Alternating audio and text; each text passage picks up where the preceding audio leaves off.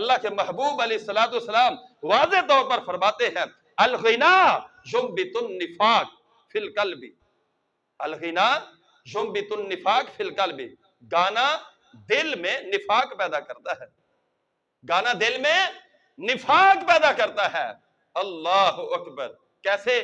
کما ينبت الماء الزر، کتنی خوبصورت مثالیں اللہ کے محبوب نے اپنی امت کو آسان لفظوں کے اندر سمجھانے کی دی۔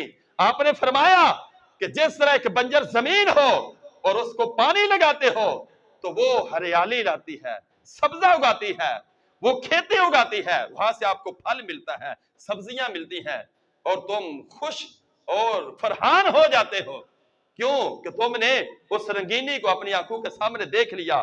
جس طرح اس زمین نے ایک نتیجہ تمہیں دکھایا، اسی طرح جو انسان گانا سنتا ہے اور وہ کانوں کے ذریعے سے ڈائریکٹ انسان کے دل پر اثر انداز ہوتا ہے، جس طرح پانی کھیتی پر اثر انداز ہوا، اسی طرح یہ گانا دل پر وہ اثر انداز ہوتا ہے، اور پھر کیا کرتا ہے؟ ینبت النفاق، یہ انسان کے دل میں نفاق پیدا کرتا ہے، یہ تو بندے کو منافق بنا دیتا ہے۔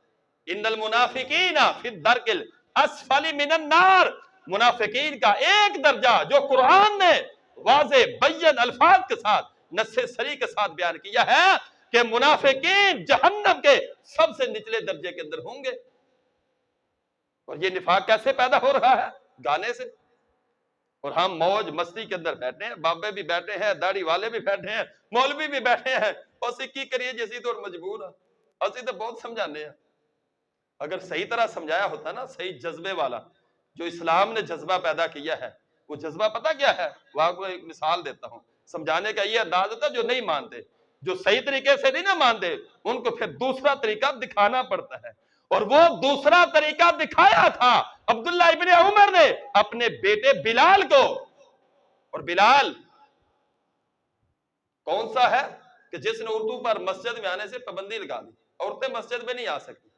پابندی کیا لگائی؟ یہ شور کرتی ہے، یہ فیشن کرتی ہے، یہ جناب زیورات پہن کے آتی ہیں، یہ خوبصورت لباس پہن کے آتی ہیں، لہٰذا فتنے کو جنم دیتی ہیں۔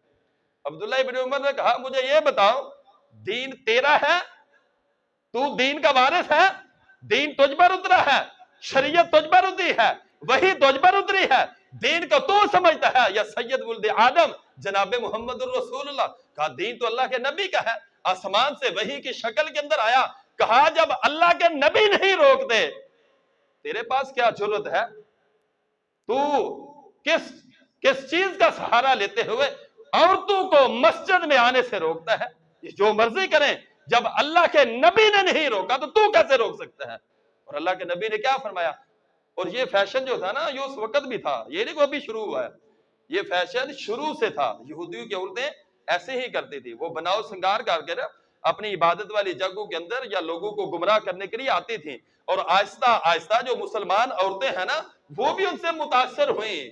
اس دور کی عورتیں جن کی مثالیں قرآن کے اندر ہیں، اور عبداللہ ابن عمر رضی اللہ تعالی عنہ نے کہا محبوب کے دور کے اندر بھی ایسا ہوتا تھا، عورتیں لباس پہنتی تھی، زیورات پہنتی تھی، مسجد کے اندر آتی تھی، لیکن اللہ کے نبی نے تو کہا لا تمنعوا اماء اللہ المساجد، کہ تم عورتوں کو مسجد میں آنے سے نہیں روک سکتے، جب اللہ کے نبی نے نہیں روکا تجھے کیسے جرت ہے؟